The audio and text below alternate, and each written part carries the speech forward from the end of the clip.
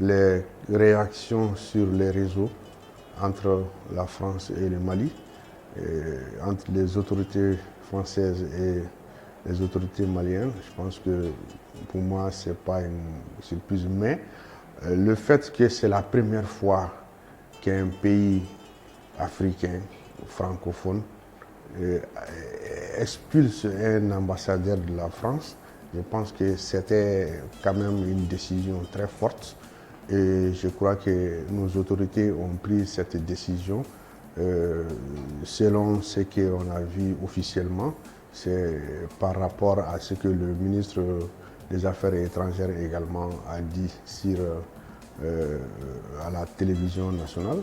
Et je pense que quand j'ai écouté ça, j'ai vraiment applaudi, j'ai félicité et j'ai décidé à soutenir en tant que personne individuelle et aussi notre regroupement Fusil Mali également à travers tous les coordinateurs soutenir également cette décision. Et j'appelle également à tous les leaders politiques de ce pays qui savent parler, qui savent mobiliser, qui savent de se réunir et soutenir. J'appelle également à tous les leaders politiques de ce pays qui savent parler, qui savent mobiliser, qui savent de se réunir et soutenir également cette décision de nos autorités, y compris la société civile. Il faut que cette société civile qui est très forte également se mobilise aussi à soutenir cette décision. Également nos leaders coutumiers et religieux, que tout le monde soutient cette décision parce que cette décision c'est le temps vraiment de retrouver notre dignité. Le respect, ça s'impose, ça se mérite. Je pense que on a eu quand même la chance d'avoir des autorités aujourd'hui qui sont capables, qui ont montré leur capacité, en tout cas de mettre l'intérêt supérieur du Mali au-dessus de tout. Et c'est ce qui nous a conduit justement à là où on est aujourd'hui. Je pense que tous nos frères, nos pays frères et sœurs aussi nous ont soutenus et nous remercions également leur soutien et nous leur demandons également de continuer à nous soutenir et à notre tour également de soutenir tous nos pays frères et sœurs qui sont aussi dans des difficultés. Et par rapport également à cette décision, franchement, quand j'ai écouté le ministre des Affaires étrangères, quelqu'un qui dit que tu es illégitime, quelqu'un qui dit que tu prends des décisions irresponsables, c'est-à-dire un message, une parole a de la valeur, ça dépend de la personne qui donne le message et où il est dit, dans quel contexte. Je pense que si le ministre des Affaires étrangères de la France s'est exprimé ainsi, ça veut dire que c'est la France qui a parlé. Et on a également eu la chance d'avoir un vrai diplomate qui est notre ministre des Affaires étrangères, non seulement qu'il a répondu, mais ce qu'il a dit sur les antennes.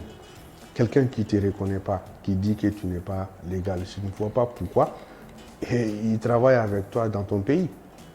Mais j'ai bien félicité aussi le fait d'éclaircir les choses. Il ne s'agit pas de la population malienne et de la population française. C'est la politique, c'est la guerre politique. Et il a bien dit que tous les intérêts de la France, toutes les sociétés françaises qui sont au Mali ne seront pas touchées. Chacun va exercer ses fonctions, ils vont vaquer à leurs occupations. Il ne partage pas tout le temps son opinion, quand même, il a parlé sur ça. Et c'est le moment aussi que tout le monde sort qui donne. Et malgré cela, quand la France est touchée, ils se sont tous ralliés derrière Macron pour le soutenir. Mais pourquoi ici, nos leaders politiques ne feront pas pareil? Je pense que c'est le moment. Ce n'est plus une question de truc, maintenant c'est le Mali. C'est notre dignité. On est en train de retrouver notre dignité. Et aujourd'hui, le respect là, ça s'impose, ça se mérite. Et je pense que nous sommes sur ce chemin. Alors, pour cela, je dirais tout simplement, et je vais inviter tout simplement toute la société civile, tout le monde, tous les Maliens, vraiment de sortir pour non seulement accompagner cette décision et montrer au monde entier, comme on a fait le 14 janvier. C'est parce que c'était le Mali qui était touché. Et le 14 janvier, et ceux qui pensaient que les Maliens ne sont pas avec leurs autorités, le 14 janvier, ça a été prouvé au monde entier. La légitimité ne peut pas dépasser cela. Puisque quand on parle de vote là, les votes, aller voter, c'est pour dire que nous, on a choisi celui-là. Et c'est à travers les décomptes qu'on va savoir que telle personne a voté pour lui.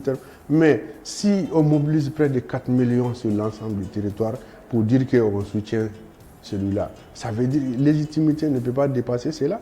Les votes là, ce n'est que des formes. Et si cela est vrai, aujourd'hui, nous devons encore se mobiliser. Chacun doit apporter sa pierre édifice pour que demain, quand on va retrouver notre dignité, quand l'or malien va briller pour les Maliens, quand le coton blanc, l'or blanc malien sera au profit des Maliens, quand notre valeur culturelle aujourd'hui sera respectée et quand nos langues nationales seront également vulgarisées, je pense que en ce moment, si tu as fait quelque chose pour que cela soit, je pense que ce sera une fierté au fond de toi. Donc, j'appelle à tous les Maliens à venir travailler dans ce sens, accompagner nos autorités. On est vraiment en train d'aller vers le changement. Je pense que depuis 30 ans, les Maliens aspirent au changement. Et je crois qu'aujourd'hui, nous sommes en train d'aller vers ce changement. Malgré les difficultés, la crise multidimensionnelle qui se passe au Mali aujourd'hui, le Mali est en train d'avancer de toutes les façons. On peut être d'accord, on peut ne pas être d'accord, mais c'est le cas.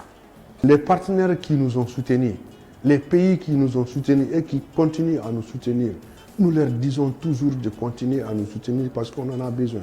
Et ceux qui veulent venir aussi, les portes sont ouvertes selon ce que les autorités ont dit. Maintenant, ceux qui pensent qu'on leur appartient et que personne n'a le droit de venir, on a montré au monde entier également que ce n'est pas le cas. On peut toujours travailler avec ses partenaires, mais de façon équitable et de façon respectueuse, de façon digne. En 2013, après la bataille de Konna, il y a eu des gens qui ont fait des enfants, qui ont donné les noms français. Damien Boité, le nom François Hollande. Il y a des lycées, il y a eu le lycée François Hollande à Konna. Il y a eu la rue principale qu'on appelle rue François Hollande, boulevard François Hollande. Il y en a eu tellement. Et lui-même, quand il est venu ici au Mali, il a dit qu'ils sont venus payer leurs dettes. Ça veut dire qu'il y a eu quelque chose. Et aujourd'hui, ça est en train d'inonder les réseaux sociaux. Plus de 1500 Maliens qui sont morts pour la cause de la France. Donc, il ne faut pas qu'on nous dise, qu'on nous divertisse que 53 soldats, c'est vrai. C'est vrai, on s'incline devant. Mais il y a eu quand même aussi des soldats maliens qui sont morts. Donc, c'est à la recherche de cette stabilité. Il y a un leader politique qui l'a dit. Si jamais ils laissent le terrorisme se propager en Afrique, qu'ils n'auront jamais la paix dans leur pays. Donc, cette guerre-là, si on le fait ici, ce n'est pas seulement pour nous qu'on fait cette guerre. On fait cette guerre-là pour la stabilité de tous les pays du monde.